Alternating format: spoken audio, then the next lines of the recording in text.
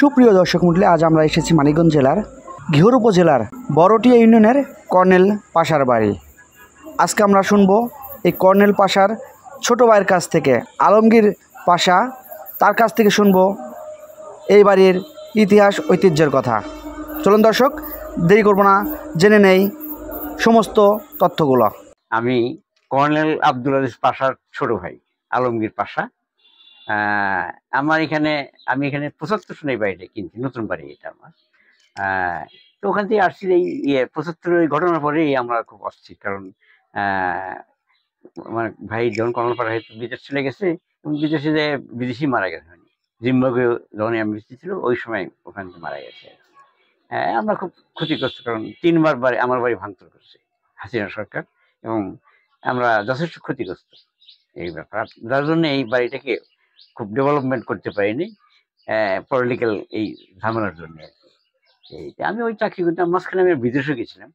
আমি বিদেশে প্রায় 13টা দেশ ঘুরছি, আমি পৃথিবীর 13টা দেশ, যেমন আরব দেশের কয়েকটা দেশ, মালয়েশিয়া, সিঙ্গাপুর, থাইল্যান্ড, এগুলো ঘুরছি। আবার এদিকে আরব দেশে দুবাই, সিরিয়া, কাতার, কুয়েত, সৌদিয়া, আবুধাবি, পাকিস্তানে গেছি, পাকিস্তানে 2-3 বার গেছি আমি। এই আমার ব্যক্তিগত আমার বাড়িটাকে, যে আমার ছোটবেলা থেকে একটা রুচি, আমি সবসময় নিট এন্ড ক্লিন থাকি এবং ফুলের নেশা আমার আছে। সেই জন্য এই কবি সত্যেন্দ্রনাথ দত্তের একটা কবি বলতেই হয় যে, জোটে যদি 1টি পয়সা খাদ্য কিনে ক্ষুধা লাগি, দুটি জড়ি ধরে তবে অর্ধেকে ফুল কিনে নিয়ে হলো নাকি। আমি সেই ফুলের পূজারি, যার জন্য আমি এখনো আমি এই বয়সেও, আমার বয়স এখন 80, আমি এখনো ফুলের গাছ লাগাই, ফুলের চর্চা করি। আমি অন্য কোনো ঝামেলা নাই, রাজনৈতিক ইয়ের থেকে দূরে সংসার। তাই আপনার এখন আমরা যে বর্তমানে বসে আছি যে জায়গায়, আমি যদি একটু দেখানোর চেষ্টা করি যে এইখানে কিন্তু অনেক লেখা রয়েছে। ওটা আমারই দেওয়ার, আমারই লিখে গেলে সাজাইছি এখানে, মানে আপনি থেকে আর কি এটা লিখছেন, লেখার কি সাজিয়ে রাখছি। তো আমি যদি একটু দেখানোর চেষ্টা করি আপনাদের, দেখুন এখানে তো আমরা অনেক ধরনের লেখা দেখতে পারতেছি। বিশেষ করে কবি কাজী নজরুল ইসলামের যে লেখাগুলো বা উক্তিগুলো আছে, রবি ঠাকুরের লেখা আছে, বা রবি ঠাকুরের যে লেখাগুলো আছে, সেটা কিন্তু এখানে দেখানোর চেষ্টা করতেছি। আসলে এটা কিসে থেকে আসলো, এই লেখাগুলা কেন আসলো? কেন মানে এই জিনিসটা আমি পছন্দ করি, কারণে এই জিনিসটা আমি যাতে আমিও দেখি, আবার মানুষদের দেখে, সেই প্রেরণা থেকে এটা দেখা সাধারণ। তাই মানুষ যাতে দেখে, শেখে, এই শেখার কারণেই এটাই। আর তাছাড়া ব্যক্তিগত আমি একজন লেটেস্ট পরিচয়, আমি শিক্ষক। মানুষকে জ্ঞান দেওয়া এটা আমার একটা নেশা হয়ে গেছে। চাকরি ছেড়ে আমি শিক্ষকতা আসছি মানুষকে আমার কথাটাকে বোঝানোর জন্য বা শেখানোর জন্য। সেই থেকে আমি কিছু লেখার মাধ্যমে বা বলার মাধ্যমে আমি মানুষকে শিক্ষা দেওয়ার চেষ্টা করি, আমার জ্ঞান যেটুকু আছে সেখান থেকে। ব্যবসার ভেতর গাছ আর মাছে আমি আছি, আমার গাছ লাগার নেশা, আমার প্রোগ্রাম গাছ আর মাছ, এটি আমার ব্যবসা।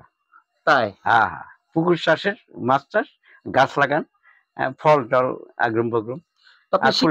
শিক্ষাগত যোগ্যতা রিটায়ার করছেন? আমি রিটায়ার করছি 2008 সালে। 2008 সালে। 8 সালে রিটায়ার করার পর থেকেই কিন্তু এই গাছ আর এই উপরই আছে। তবে আমার দুই ছেলে, বড়টা ফিজিক্সে এমএসসি মাস্টার্স প্লাস আবার ব্যাংকিং ডিপ্লোমা প্লাস এমবিএ। সে এখন রূপালী ব্যাংকের সিনিয়র ভিডিও বড় অফিসার এখন। তার মানে হচ্ছে আপনার সন্তান হচ্ছে দুই ছেলে। আর 16টা, সেও অ্যাকাউন্টিং অনার্স মাস্টার্স, এবং সে সিএ করছে। এক সময় ওই ডেকো গ্রুপের চিফ অ্যাকাউন্টেন্ট ছিল, তো ইদানিং সে চাকরি দিয়েছে, সে ব্যবসায় জড়িত আছে। তাই না? এখানে কি কি মাছ চাষ করছেন আপনি? এই বিভিন্ন সিলভার কাপ, কাতল, রুই। ও পাশে আছে দুইটা, পিছনে একটা আছে, তাই না? এই পেঁপে গাছ দেখতেছি। না করলাম, এটা আমার নেশা, ইদানিং খরার কারণে পূর্ণাঙ্গ রূপ দিতে পারতেছি না। ইতিমধ্যে যাচ্ছি তার বাসার দিকে, এবং এই আলমগীর পাশা সে কিন্তু অনেক নির্যাতিত হয়েছে। যখন সরকার পতন হয়েছে তখন কিন্তু একটু স্বাভাবিক হয়েছে। দেখতে পাচ্ছি হয়তো টিনের দোতলা ঘর এখন রয়েছে। দর্শক, আমি কিন্তু ইতিমধ্যে ঘুরতে ঘুরতে তার দোতলা টিনের ঘরে আসছি, কিন্তু আমার এখানে এসে একটি মনোমুগ্ধকর দৃশ্য দেখে ভালো লাগলো। বাট আমি কিন্তু ইতিমধ্যে একটু দেখানোর চেষ্টা করি যে তার এই দোতলা ঘরে যেখানে উনি থাকে, সেখানে কিন্তু অনেকই স্মৃতি সে রেখে দিয়েছে। আমি যদি একটু আপনাদেরকে একটু ঘুরে ঘুরে দেখাই, সেটা আপনারা একটু দেখতে পারবেন। যে অনেকের ছবি কিন্তু সে প্রিন্ট করে কিন্তু রেখে দিয়েছে। একটু দেখুন,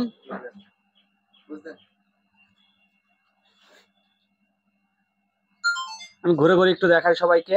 এটি কর্ণল পাশা, এটি কর্ণল পাশা। আচ্ছা, আমি আপনার কাছ থেকে একটা তথ্য জানবো, সেটা হচ্ছে এই আপনার এই ঘরে সবার ছবি, আসলে এটা কারণটা কি, এটা একটু আমাকে বলবেন। এটার মূল কারণ আমি যে সমস্ত লোককে শ্রদ্ধা করি, এই শ্রদ্ধার লোকগুলোই আমি স্মৃতি হিসেবে ঘরে রাখছি। মানে যাদেরকে শ্রদ্ধা করেন, এখানে আমি দেখতে পাচ্ছি যে দলমত নির্বিশেষে, সেই দলমত জাতি ধর্ম জি, আমি এখানে দেখতে পাচ্ছি যে আমাদের যে শেখ মুজিবুর রহমান তার ছবি আছে, এবং শহীদ জিয়াউর রহমান, এবং হচ্ছে আমরা যাদেরকে চিনি ডক্টর ইউনূস, এবং হচ্ছে কাজী নজরুল ইসলাম, এবং হচ্ছে লালন ফকির, ফিডেল কাস্ট্রোর ফটো আছে। এবং দেখুন অনেকের কিন্তু ফটো তিনি রেখে দিয়েছে। একসময় আমি ওই পিওর চেয়ারম্যান ইয়াসের আন্ডার কাজ করছি, ওর সাথে ছিলাম, ওনার সাথেই ছিলাম। লেবাননে। এই মহাত্মা গান্ধী, তাই না? জিন্না সাহেব, কামাল পাশা, আমার পাশা, ওই কামাল পাশার ফটো ওইখানে আছে, ওই কামাল পাশা, ওই কোনার একটা কামাল পাশা। মানে আমার বাবা আমার উপাধি দিয়েছে পাশা, ওই কামাল পাশার অনুসারেই আমাদের নাম দিয়েছে পাশা। তাই ওই এসকে তাহা আল ফালহা, ওনার বাড়ি সিরিয়া ছিল, এখন রাজবাড়ির টাউনের পাথুরিয়া গ্রামে সেটেল। ওনার ছেলেপেলে আছে, ওনার বড় ছেলে প্রেসিডেন্ট আবু জাহেদ চৌধুরীর ভাইরা, ওনার বড় ছেলে মিস্টার ইসমাইল সাহেব প্রেসিডেন্ট আবু চৌধুরীর ভাইরা। এই যে একটা মেয়ের ছবি দেখতে পাচ্ছি, এটা পাকিস্তানের মালালা ইউসুফজাই, মালালা ইউসুফজাই।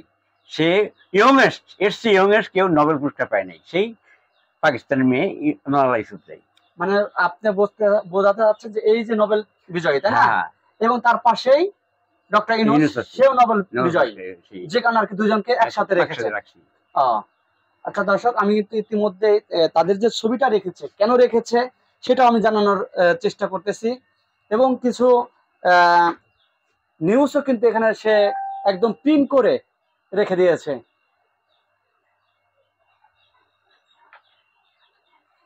জিয়ার কিছু চিঠি, আমি ব্যক্তিগতভাবে জিয়াকে খুব পছন্দ করি।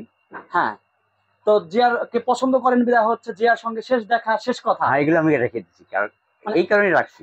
এটা কিসের কারণে রাখলেন? আর কি তাকে শ্রদ্ধা অনুসারে তার সম্বন্ধে কেউ কিছু বললে সেটাকে আমি সংরক্ষণ করার চেষ্টা করছি। তাই শহীদ জিয়ার শেষ জন্মদিন স্মৃতি, গণতন্ত্রের প্রাণ পুরুষ জিয়া।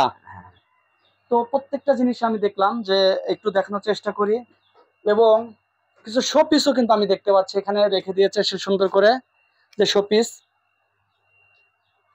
এবং এখানে রয়েছে হচ্ছে আমাদের সেই বিদ্রোহী কবি কাজী নজরুল ইসলাম, তার ছবিটা কিন্তু বিশাল বড় করে রেখে দিয়েছে, আমি দেখানোর চেষ্টা করতেছি। এবং এখানে কিন্তু এই টিভিটা দেখলে আমাদের বোঝা যায় সেই আগেকার দিনে এই ছোট টিভি, এটা আমার জীবনের প্রথম টিভি, আমার জীবনের প্রথম টিভি নষ্ট হয়ে গেছে, আমি স্মৃতি হিসেবে রেখে দিচ্ছি। বলতে যাচ্ছেন যাতে এটা নেক্সট জেনারেশন এসে যেন দেখতে পারে। হ্যাঁ, আমার জাদুঘর, এটা 500 জাদুঘর। এটা হচ্ছে দর্শক, আমি ইতিমধ্যেই আমি যখন এই আলমগীর পাশাকে জিজ্ঞাসা করলাম যে আপনার এই বাড়িতে কি আছে ঐতিহ্য দেখানোর মতন, তখন উনি বলল যে আচ্ছা ঠিক আছে, তাহলে চলেন আমি আপনাকে এমন একটা জায়গায় নিয়ে যাব যেখানে আমি পার্সোনাল এটা ইউজ করি। সেখানে কিন্তু আমাদের ভালোবাসা, আমাদের কথার কারণে কিন্তু সে আমাদের এই পার্সোনাল রুমে তার যে জাদুঘর আছে, ব্যক্তিগত জাদুঘর। এবং এইখানে হচ্ছে আমি একটা জিনিস দেখতে পাচ্ছি যে এটাকে হচ্ছে টেপ রেকর্ডার বলে, তাই না? দেখি একটু,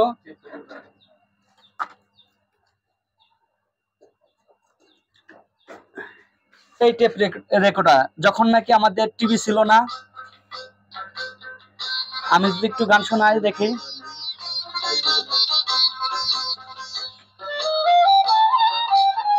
তো দর্শক, বেশি শোনাতে পারলাম না এই কারণে, যেহেতু হচ্ছে কপিরাইট সিগন্যাল দেখাবে আমাদের, যে কারণে আর কি আমি এটা সম্পর্কে বেশি সাউন্ড নিতে পারলাম না। তো আমি দেখতে পাচ্ছি যে এই আলমগীর পাশার যে জাদুঘরটি রয়েছে, সেই তথ্যটা, সেই চিত্রটা আমি দেখানোর চেষ্টা করতেছি। এবং এটা কি ফ্যামিলি ফটো? না, এইটা ফ্যামিলি ফটো। এইটা ফ্যামিলি ফটো না? আর ওইটা হলো স্কুল ফেয়ারওয়েল দিন, স্কুলতে ফেয়ারওয়েল দিছিল তাই। দর্শক আমি কিছুটা দেখাতে পারতেছি, কারণ হচ্ছে এটা সাদা কালো, কিন্তু আপডেট করার কারণে একটু রঙিন হওয়ার কারণে একটু এরকম দেখা যাচ্ছে। এবং এই কর্নেল পাশা, এই হচ্ছে আমাদের কর্নেল পাশা, তার ছোট ভাইয়ের বাসায় কিন্তু আমরা আসতে আসছে আলমগীর পাশা। দর্শক আজকে আমরা ঘুরে ঘুরে এই শ্রীবাড়ি আলমগীর পাশার ভাইয়ের বাসায় রয়েছি। আমরা আজকে সারাটা দিন ওনার বাড়িতে দেখলাম, ঘুরলাম এবং সমস্ত তথ্য জানালাম। দর্শক আজ এ পর্যন্তই, দেখা হচ্ছে অন্য কোনো ভিডিওতে।